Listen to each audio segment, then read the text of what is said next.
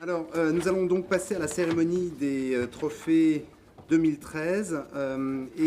Avant de commencer cette cérémonie, je vais demander à Jean-Yves Léger, administrateur de la SFAF, représentant de la SFAF ce soir, Jean-Paul Pierret, notre président de jury, n'ayant pas pu se libérer pour cette cérémonie, de venir nous dire un petit mot. Bonsoir Jean-Yves. Quel honneur. Effectivement, j'excuse à la fois Marie-Pierre Payon, qui est la présidente de l'ASFAF, et Jean-Paul.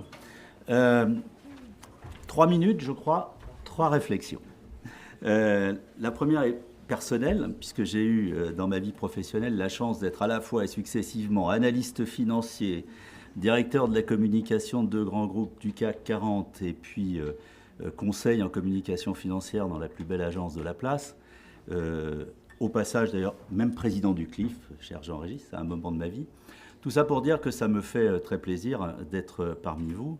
Et je dirais, je tenais tout simplement à vous le dire. Mais ce n'est pas l'important. La deuxième réflexion, elle a trait à la SFAF. La SFAF, qui a fêté ses 50 ans il y a 2 ans, donc il y a 52 ans, a aujourd'hui 1500 membres. Et peut-être ne savez-vous pas que environ un quart de ces membres sont des analystes et un quart, ou même près du tiers, sont des gestionnaires, des investisseurs. Et donc c'est aujourd'hui une nouvelle donne quand on s'adresse à l'ASFAF. Et l'ASFAF a toujours eu, c'est une de ses 4 missions principales, pour mission de faciliter la relation entre les investisseurs et les émetteurs. Et donc effectivement, je mettrai l'accent sur 2 points. Le premier, c'est son rôle dans la tenue du calendrier de place, parfois moqué, mais au fond toujours plébiscité dans les sondages que nous pouvons faire auprès des émetteurs. Et la deuxième, c'est ce rôle d'organisation des réunions SFAF, qui sont si chères, notamment au cœur de beaucoup de valeurs moyennes, qui trouvent là, au fond, et l'occasion et la possibilité de toucher les bons investisseurs, soit dans des réunions ad hoc, soit dans des journées valeurs moyennes, mais ça n'interdit pas aux valeurs du CAC 40 d'avoir recours à la SFAF. Et c'est vrai que c'est une des idées fortes de la SFAF de continuer à être ce facilitateur de relations entre les uns et les autres. Troisième réflexion, je me permettrai de l'adresser à vous, qui êtes les professionnels de la relation investisseur et de la communication financière.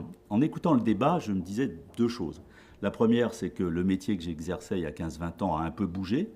Ceci dit, rassurez-vous, il y a 15-20 ans, on se plaignait déjà de la réglementation envahissante et on avait tout à fait le droit, et en tout cas dans le groupe où j'étais, de parler d'extra-financiers.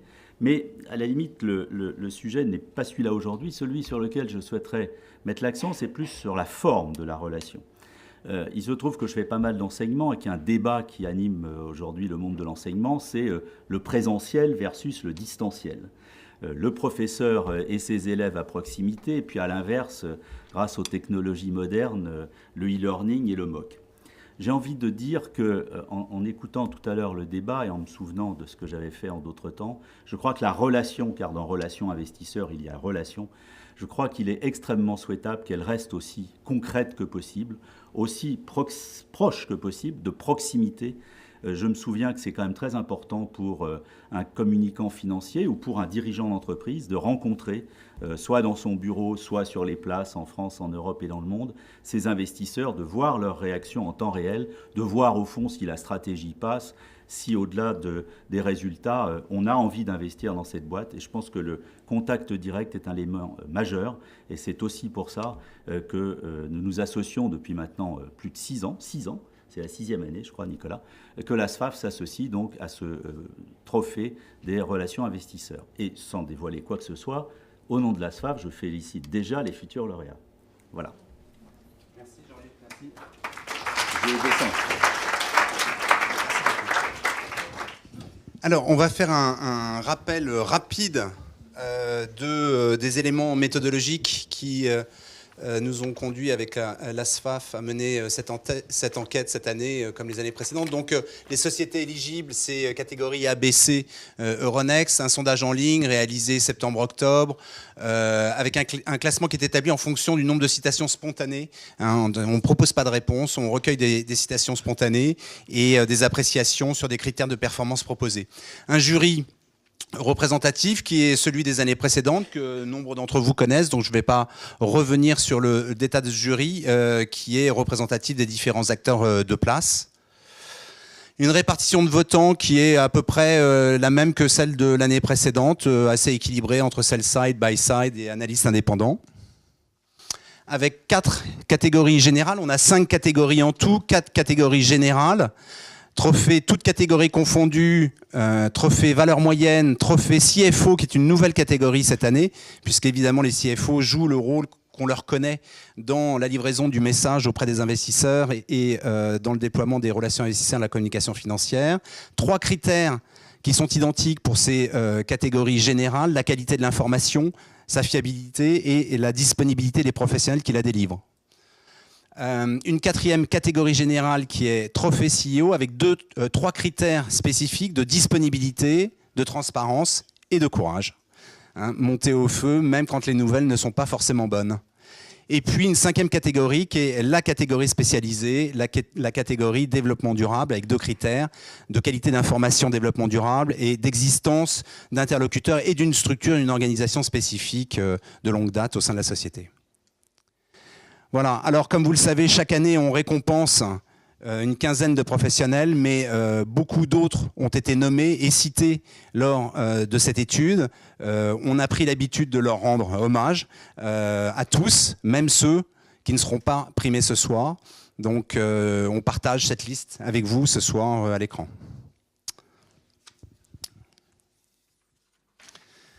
Voilà, donc Adrian, eh bien, voilà, on va pouvoir maintenant... Sans plus tarder, on va commencer avec le premier trophée, celui des meilleures relations investisseurs développement durable. C'est un trophée qui sera remis par nos 2 sponsors du trophée qui sont Euroclear, représenté par François Jubary, qui va monter sur scène, et Valérie Bonnet de l'AFG, qui vont remettre les prix aux gagnants. Venez nous rejoindre sur scène. Un petit mot.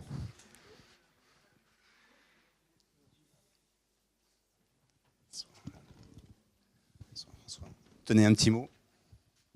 Euroclear voulait tout simplement dire qu'on est heureux de sponsoriser à nouveau l'événement et que tout simplement, dans tout ce qui était exposé préalablement, on voulait vous dire qu'on dispose également d'un service pour identifier vos actionnaires intéressés par tout ce qui est le développement durable. Tout simplement. Merci beaucoup. Valentine, un petit mot. On est très heureux de voir se développer la communication sous toutes ses formes. Et effectivement, la complémentarité entre ce qu'on donne à l'écrit et ce qu'on donne à l'oral est fondamentale. Merci. Alors, on va donc découvrir les gagnants. En 3e place, Sylvain Vanston de AXA, Isabelle Post en 2e chez SEB, et en 1, Sophie Pellier-Scapian et Christine Desbois de BIC. Bravo. Voilà. Mesdames et messieurs, si vous voulez bien nous rejoindre. Alors, il ne faut pas se tromper. Donc... Voilà, donc c'est Sylvain en 3 qui prend la parole. Dernier, on a Isabelle qui est là. Voilà. Pardon. Voilà. Et c'est à vous la parole. D'accord. Merci. Merci à tous. Merci à toutes celles et ceux qui ont voté pour nous. Merci aussi à ceux qui n'ont pas voté pour nous, mais qui continuent à nous donner de bons ratings quand même. Ça compte aussi. Merci Nicolas pour l'organisation de ce trophée. En toute franchise, j'ignorais l'existence de ce trophée, donc c'est une agréable surprise. Parfois, on envoie des candidatures pour des trophées qu'on rate. Là, c'est le contraire. Je voyais là les critères d'éligibilité donc pour ce trophée, qualité de l'information développement durable, je crois que vous avez indiqué, et puis existence d'une structure dédiée, qualifiée. Bon, c'est un petit peu la manière dont on approche c'est notre approche des relations ISR, effectivement, c'est de donner aux analystes, aux investisseurs, aux gérants, aux agences, des informations les plus pertinentes possibles et de manière agréable, non condescendante devant la question peu pertinente, ça arrive. Devant le box ticking aussi, ça arrive, il faut en faire des fois. Et en essayant de donner, d'expliquer le plus précisément possible nos actions en interne, nos stratégies RSE, etc. Donc, encore une fois, merci beaucoup. Bonsoir, merci beaucoup. Écoutez, je suis ravie. C'est une catégorie que je n'avais pas encore inaugurée, donc voilà, tout arrive. C'est vrai. C'est toujours un plaisir. Et je voulais aussi m'exprimer au nom de Joël Tranchon, qui est notre directeur du développement durable et qui n'a pas pu venir ce soir, mais qui a été un grand artisan aussi de ce succès. Donc merci beaucoup. Merci également. Peut-être juste un mot. Je pense qu'il y avait dans les critères l'équipe et le travail d'équipe avec une équipe dédiée. Et donc vous avez ici les équipes. C'est à la fois la relation investisseur et le développement durable, parce que je pense que si on ne travaille pas ensemble, ça ne marche pas. Et donc nous, on a pris l'habitude effectivement de travailler vraiment de manière quasi quotidienne. Christine, donc au développement durable, et moi-même sur la relation investisseur. Je vais laisser Christine dire un mot pour remercier ses équipes qui sont dans la salle, parce qu'effectivement, sans elles, je pense qu'on ne ferait pas grand-chose non plus. Et puis, au vu du débat il y a quelques minutes, on a encore quand même pas mal tous de travail. Donc, prochaine fois. Oui, donc merci à tous. Je reprends juste ce que dit Sophie, c'est qu'effectivement, nous sommes le binôme qui essayons de mettre en avant nos actions et aussi notre performance en matière d'environnement, en matière sociale. Et je remercie mon équipe qui est là et qui évidemment est très importante pour nous pour réussir à consolider l'information, valoriser l'information. Et merci beaucoup à vous tous là. Merci. Il y a une photo de groupe. Si vous voulez bien me glisser de ce côté de la scène, on va faire une petite photo de groupe là-bas, de tous les primés avant de passer à la prochaine catégorie. Voilà. François, pouvez vous joindre à nous. Partez pas comme ça.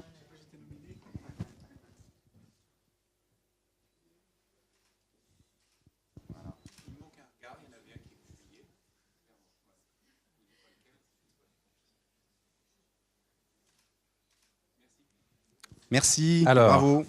On passe maintenant à la catégorie meilleure relation investisseur valeur moyenne, un prix qui sera remis par Philippe Kubissa de chez PwC et Pascal Imbert de Middle Next. Notre Dream Team maintenant des valeurs moyennes.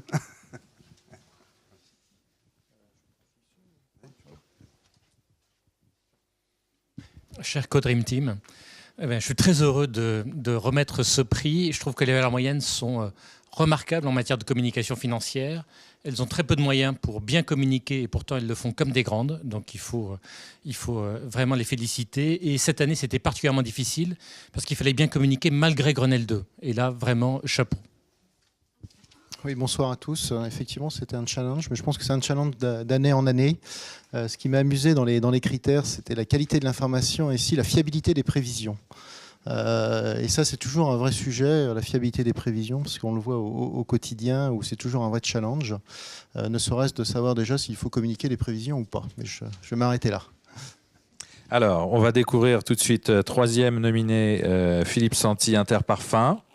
Deuxième, Emmanuel Viellard, représenté par Valérie Cunha ce soir. De Lise... Ah non, représenté par quelqu'un d'autre. Je crois que ni Emmanuel ni Valérie ne sont là, mais nous avons un représentant d'ici. Et le grand gagnant, Olivier Psaume, Steria. Bravo à tous les trois. Bravo.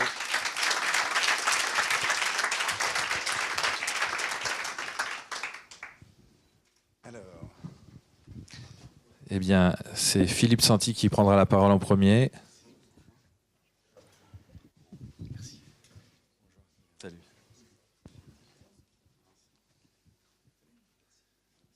Peut-être déplacez-vous là parce que vous avez vous êtes dans le projecteur. Bonsoir. Merci. C'est un peu comme aux Jeux Olympiques, c'est que même si on a eu l'or l'année dernière, il y a 2 ans ou 3 ans, je crois, on est très content d'avoir le bronze. Ça reflète quand même un travail de long terme. Et comme on l'a dit tout à l'heure, même dans les périodes un petit peu plus compliquées, on essaie d'avoir à peu près la même démarche de communication.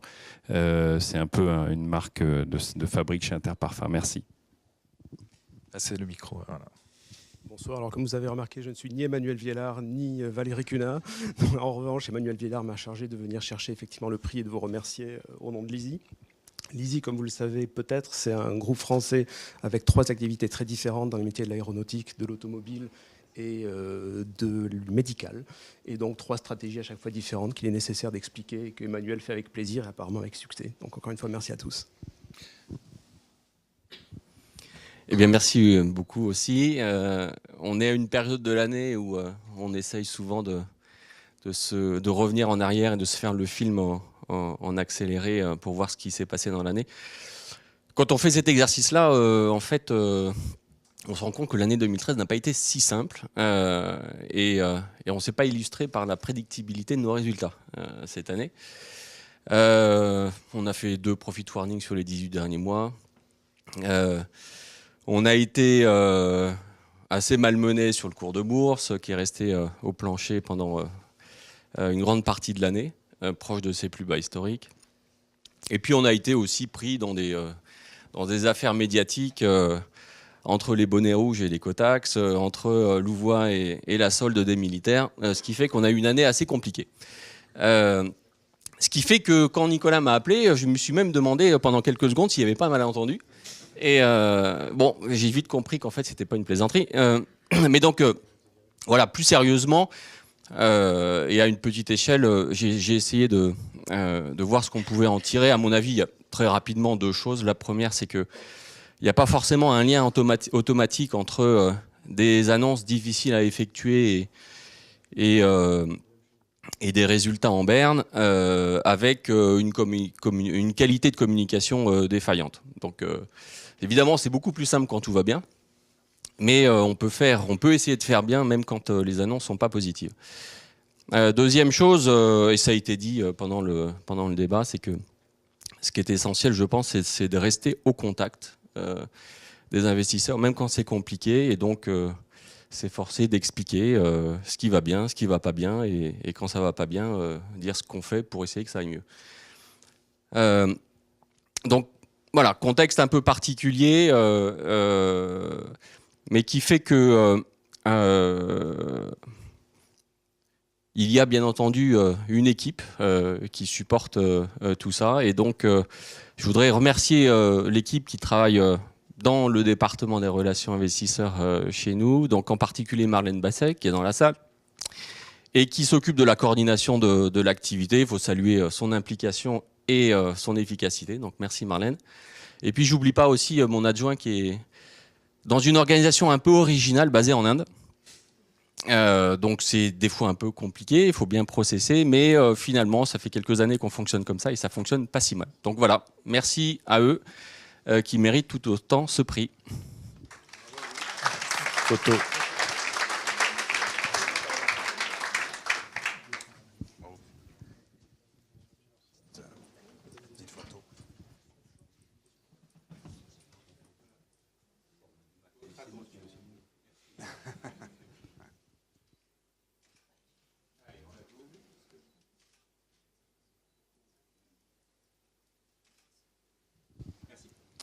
Alors, merci à vous. Prochaine catégorie, c'est donc la nouvelle catégorie cette année, pour la première fois, meilleure relation investisseur par un CFO. Et pour présenter leur trophée, Labrador Laurent Ruirez et François Houssin d'Euronext. Qui commence ?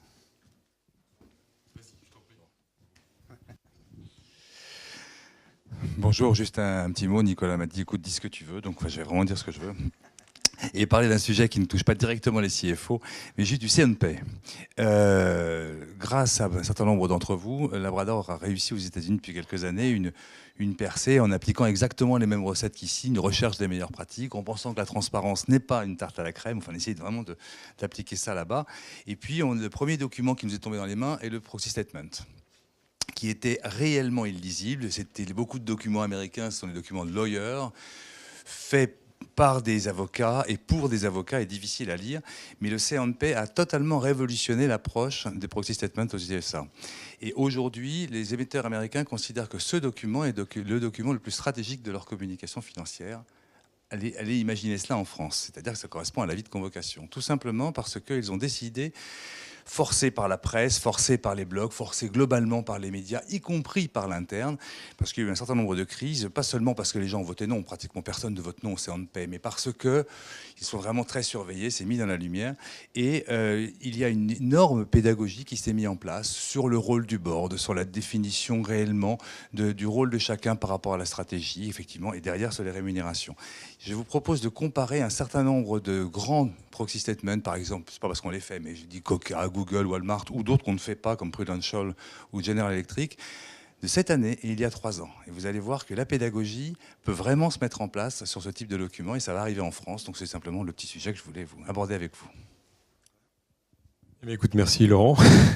Oui, donc chez Euronext, pour ne pas répéter ce qui était dit tout à l'heure en introduction, simplement le prix récompenser les directeurs financiers, c'est aujourd'hui extrêmement important.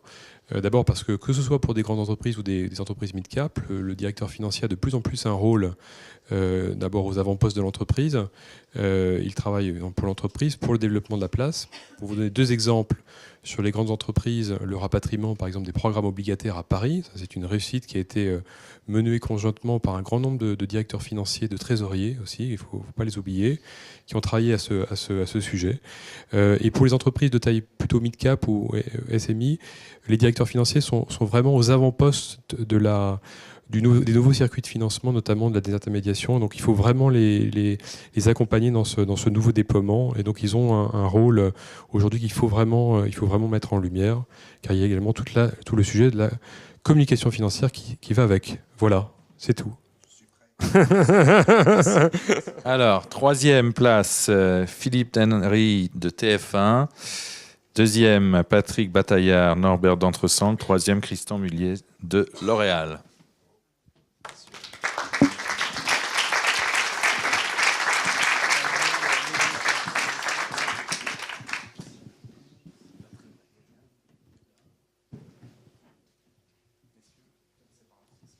Alors, c'est vous.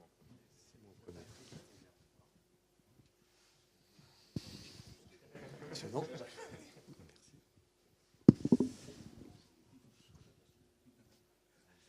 Écoutez, d'abord, merci pour ce prix qui récompense le directeur financier, mais aussi les équipes de TF1, à la fois les équipes de relations investisseurs, dont certains sont dans la salle, et puis les équipes financières de TF1 qui s'efforcent régulièrement de délivrer une information à la fois fiable, de qualité, et puis transparente également, ce qui est important pour un émetteur qui est dans les médias et pour qui l'information revêt un rôle particulier. À titre personnel, je dirais que moi j'ai beaucoup de plaisir à échanger avec les marchés, avec 2 préoccupations. Une préoccupation qui est d'éviter les malentendus. Et là, transparence, qualité, disponibilité de l'information, c'est ce qui concourt pour moi à éviter les malentendus. C'est ça l'enjeu majeur pour moi. Le 2e point important, c'est qu'à travers les échanges que l'on peut avoir avec les marchés, c'est aussi, et je crois que ça a été dit tout à l'heure, une très bonne façon de mieux se connaître pour l'entreprise. Et donc au travers des marchés, y compris en interne, d'échanger et de mieux se connaître à travers les questions et les réponses surtout que l'on doit apporter aux investisseurs, aux analystes. Voilà. En tout cas, merci pour ce prix dont je suis très heureux et très fier. Merci beaucoup. Bonsoir à tous. Écoutez, moi aussi, je voulais vous remercier. Ce prix a le goût de l'inattendu. Il est d'autant plus savoureux. J'en suis très fier. Mais ceci dit, j'ai pas beaucoup de mérite en réalité pour 3 raisons. D'une part parce que quand on travaille chez Norbert D'Entresang, il y a beaucoup de belles histoires à raconter, et même dans la durée, puisque j'y suis depuis 15 ans et j'ai toujours plaisir à raconter des choses nouvelles. Deuxièmement parce que fondamentalement c'est une activité que j'aime bien, moi, la relation investisseur, je trouve ça sympa. Quand on est directeur financier et qu'on fait plein de choses, de la trésorerie, de la comptabilité, des comités théodules et des réunions plus importantes, finalement, les quelques jours passés à la relation investisseur, c'est vraiment détendant et intéressant. Puis c'est une bonne façon de vendre son entreprise. Voilà pour l'essentiel. Merci, je m'associe évidemment à ce qui vient d'être dit sur le plaisir. D'abord, merci au jury parce que j'ai été, je dois dire, depuis l'année dernière, très envieux de Françoise Lovin, notre responsable des relations investisseurs, qui elle-même avait été primée, entre guillemets. J'étais très jaloux, n'est-ce pas Françoise ? Donc merci au jury. C'est évidemment, comme on le dit toujours dans ces cas-là, un gros travail d'équipe. Je ne vais pas les citer toutes. Je voudrais quand même citer les juristes chez nous qui concourent beaucoup dans l'ombre à ce type de travail. Les commissaires aux comptes qui sont souvent de bons conseils. Je n'ai pas dit toujours de bons conseils, souvent de bons conseils. Et puis une petite équipe que l'on a qui s'appelle la prospective stratégique. Sophie Gasperman est avec nous et qui fournit énormément de substance à la communication financière dans la compréhension des marchés, des évolutions, des lancements de produits, des parts de marché, des share of voice, share of buzz, share of tout ce que vous voulez, et qui amène, et vous l'avez dit tous les deux, de la substance et du plaisir à la relation investisseur. Voilà, pour tout ça, je vous remercie. Allez-y, une photo.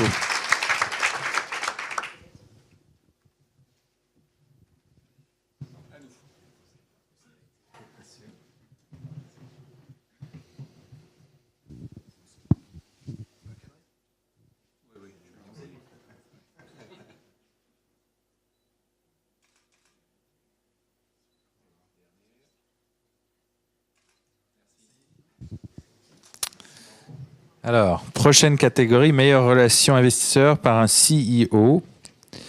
Et pour présenter ce prix, Emmanuel Ricard de JP Morgan et Alain Martel de l'IFA. Non, c'est Clémence de Corsia qui remplace. Alain s'est cassé la main en skiant, je crois.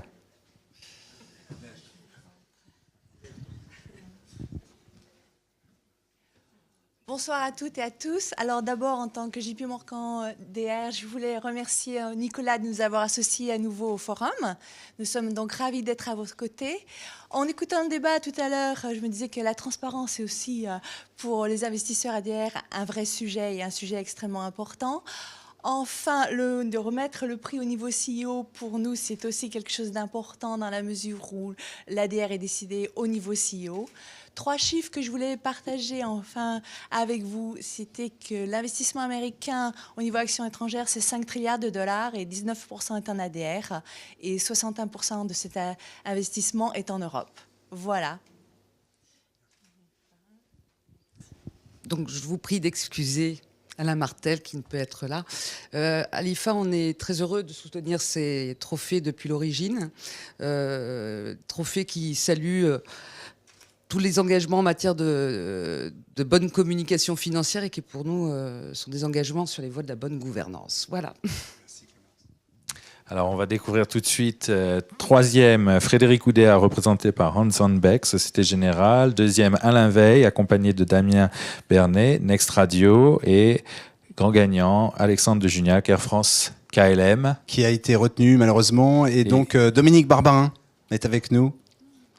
Merci Dominique pour venir recevoir le prix d'Alexandre de Juniac. Messieurs.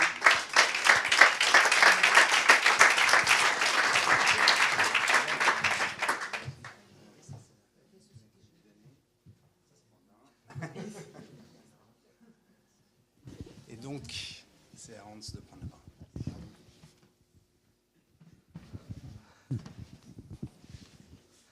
Bonsoir, je représente ce soir Frédéric Oudéa qui malheureusement n'a pas pu être là avec nous. Donc mon nom est Hans van Beek, je suis responsable de relations investisseurs et j'ai découvert ce soir, il y a quelques jours, déjà l'information sur ces trophées. Nous sommes très heureux d'être là ce soir sur cette liste. Je vois qu'on est la seule banque, en tout cas jusqu'ici. Les banques ont traversé une période compliquée ces dernières années. Pas seulement Société Générale, mais aussi Société Générale en termes d'image. Et les 3 critères qui ont été énoncés, donc disponibilité, transparence et courage, ont tout leur sens. Notamment, je pense, courage, parce que pour défendre les valeurs bancaires dans les tourmentes que nous avons pu voir depuis quelques années, il a fallu du courage, monter au front et défendre un modèle qui était parfois mis en cause. Et donc je pense qu'avec toute l'équipe des relations investisseurs, on a travaillé à ça pour soutenir notre CEO et notre CFO pour porter ce message. Voilà, donc très heureux de recevoir ce prix ce soir. Merci.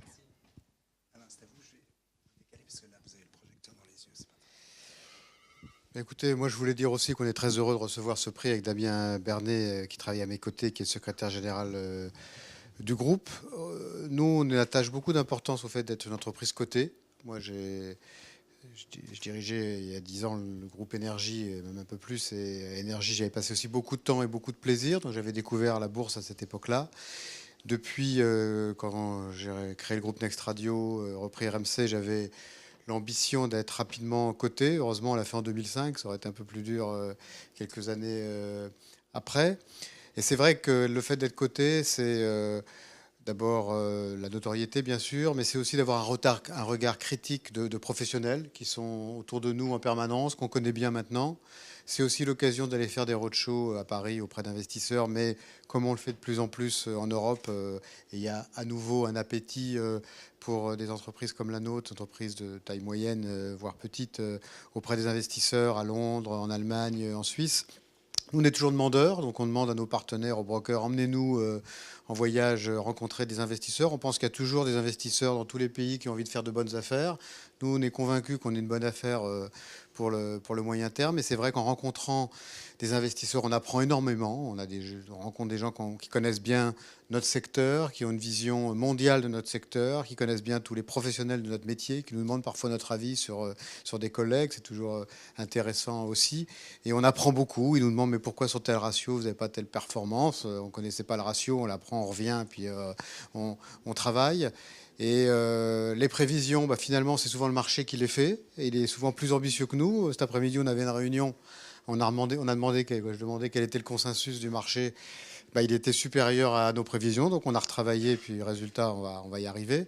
Donc, voilà, ça tire vers le haut. Et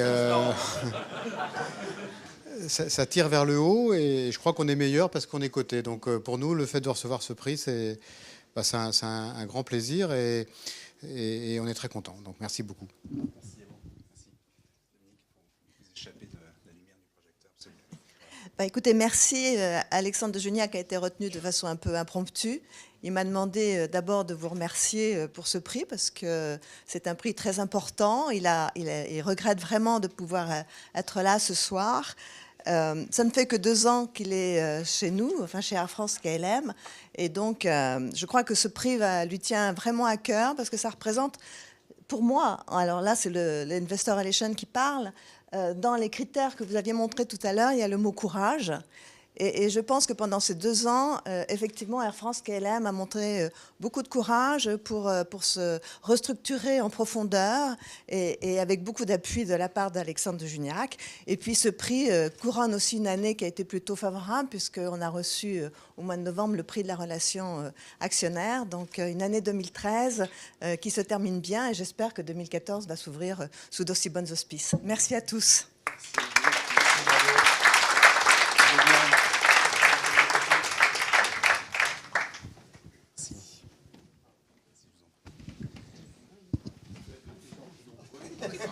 Il y a de plus en plus de monde. Voilà.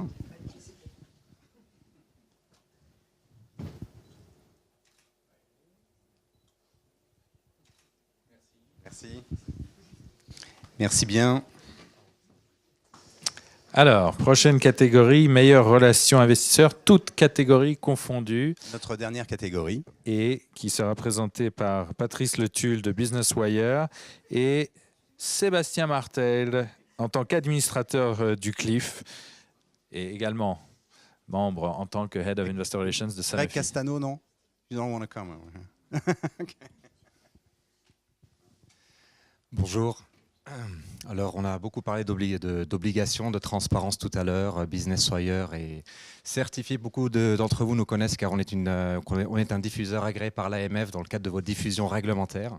Alors, on ne fait pas que ça. On est capable également de vous accompagner sur d'autres types de problématiques. On diffuse l'ensemble de nos communiqués également via les grandes agences de presse internationales, mais également via les nouveaux canaux de diffusion et digitaux disponibles sur le marché. Notre industrie évolue énormément et nous accompagnons beaucoup d'entre vous ici, beaucoup de sociétés du CAC 40 vers de nouveaux canaux. Merci. Bonsoir, Sébastien Martel, Sanofi. En tant qu'ancien lauréat de ce prix, je suis ravi d'être là et de pouvoir passer le témoin, mais ce soir en tant que nouvel administrateur du CLIF. Alors, on va tout de suite découvrir troisième place, Eric Alain Micheli, qui sera représenté par Franck Imbert pour Forestia. Deuxième, Sophie Fouillat, Arkema. Et grande gagnante, Valérie Magloire, Michelin.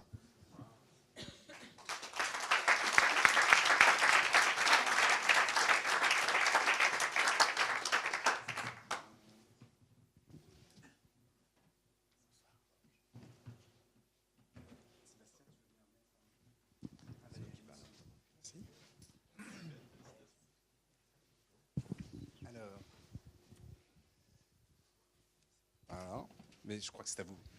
La parole est à vous. Très bien. Écoutez, un grand merci pour Eric Alain Micheli, qui n'est pas là ce soir puisqu'il est en roadshow, donc il continue son travail. Eric Alain est comment dirais-je, une personne qui a une longue expérience et qui traduit bien les valeurs que vous avez mentionnées, de beaucoup de disponibilité, d'un grand professionnalisme. Nous sommes une société relativement cyclique, dans un marché cyclique, donc on a des hauts et des bas en termes de valorisation, mais on a à cœur de continuer à la présenter et à expliquer en permanence. Bon, et j'ai travaillé avec Eric Alain jusqu'à très récemment, donc c'est moi aussi qui présentais la société pendant de longues années. Voilà, merci beaucoup pour ce trophée pour Eric Alain. Écoutez, je tenais à vous remercier. Alors d'abord la communauté financière et le jury, parce que je prends ça en fait comme un signe d'encouragement. Arkema, c'est une société qui a été cotée en 2006. Et clairement, c'est un signe d'encouragement pour continuer nos efforts en matière de transparence, en matière de pédagogie, pour expliquer nos métiers de la chimie qui ne sont pas si évidents, et aussi en matière de cohérence et de disponibilité. C'est la deuxième année consécutive qu'Arkema reçoit un prix, puisque l'année dernière, j'accompagnais notre CEO pour le recevoir. Et donc vraiment, on est très content d'être récompensé par la communauté financière. Je tiens aussi à remercier notre direction générale qui y consacre beaucoup de temps et qui donne toute son importance à cette fonction. C'est très important pour nous parce qu'il participe aussi régulièrement aux relations investisseurs. Et le dernier élément, c'est que je tenais à remercier mon équipe, sans qui je ne serais certainement pas là ce soir. Donc Mathilde, qui est responsable de l'actionnariat individuel et qui est dans cette salle, Jérôme, qui m'accompagne dans les relations investisseurs, et puis ma très précieuse assistante, Zora. Voilà, encore merci. Eh bien, je suis fière. Au nom de la direction générale de Michelin, je suis fière, au nom de l'équipe des relations investisseurs, alors qui n'est pas là, Annie, Alban, Mathieu, Edith, Laurence, je suis fière, merci. Alors depuis la création du trophée, du forum, depuis 6 ans, je dois reconnaître que chaque année, vous avez eu la gentillesse de distinguer un représentant de Michelin, en commençant par mon prédécesseur, Christophe Mazel, lors de la première édition. L'année dernière, Jean-Dominique Sonnard, meilleur relation investisseur par un CEO. Alors je me suis demandé pourquoi encore cette année, qu'est-ce qui nous vaut cette année d'être distingué, d'avoir ce trophée dans la catégorie, dans toutes les catégories, meilleure relation investisseur, la grande catégorie, merci. J'avais le sentiment qu'on continuait à faire notre métier de relations investisseurs avec cette régularité, avec ce professionnalisme, cet enthousiasme.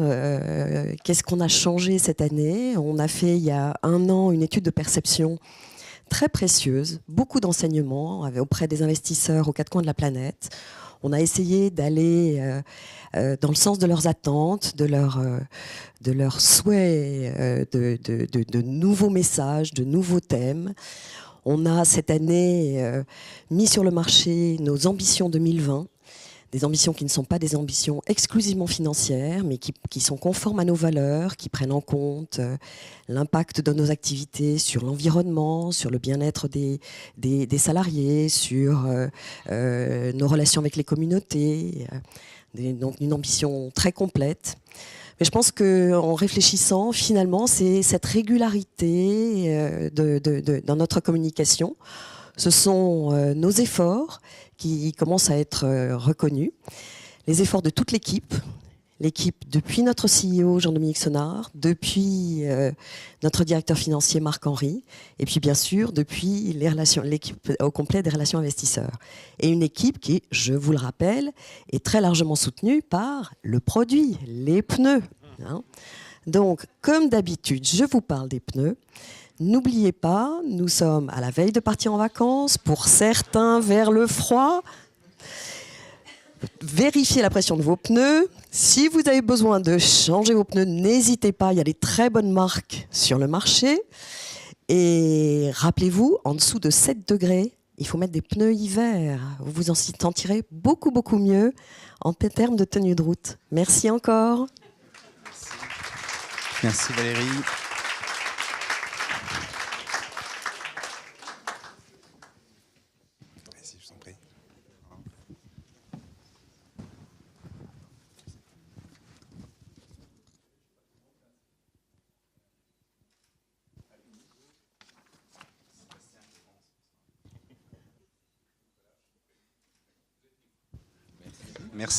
Merci beaucoup. On garde Sébastien Martel avec nous, notre lauréat 2011 d'ailleurs. Oui, absolument, pour dire un petit mot de la fin et clore cette cérémonie et puis se retrouver pour une grande photo de groupe de tous les gagnants et puis autour d'une coupe de champagne au cocktail. Voilà. Bon, je serai bref, je pense que déjà, Nicolas, on pourra peut-être négocier une remise sur les pneus d'hiver l'année prochaine, parce que je vois qu'il y a un abonnement ici à Michelin. Bravo encore à tous les lauréats et les primés aujourd'hui. Eliane n'était pas là ce soir pour faire donc ce petit mot de conclusion. Je réalise que je suis juste entre la fin et le cocktail, donc je vais être relativement bref. Je me demande si c'est pas une sorte de bizutage qu'on m'a donné, puisque je suis nouvel administrateur du CLIF depuis maintenant 2 mois. Pour vous dire que cela fait 6 ans exactement que le CLIF s'est associé à cet événement qui, je crois, porte très très bien son nom, un forum, donc un lieu d'échange qui intègre à la fois 2 notions importantes, parfois mélangées, les relations investisseurs et la communication financière. Un forum dans lequel le CLIF s'est montré partie prenante avec tous les partenaires que vous avez pu voir ce soir depuis le début, tout simplement parce que c'est l'opportunité aussi pour nous de nous associer à l'élaboration des bonnes pratiques de relations investisseurs, et puis le format du débat, de ces prix et également du cocktail. C'est aussi l'occasion de pouvoir échanger entre nous, relations investisseurs, mais aussi avec les prestataires qui sont présents ici ce soir. Alors un grand merci à Nicolas de pouvoir continuer d'organiser cet événement avec régularité. Et puis merci également à Adrien pour l'animation ce soir. Merci encore.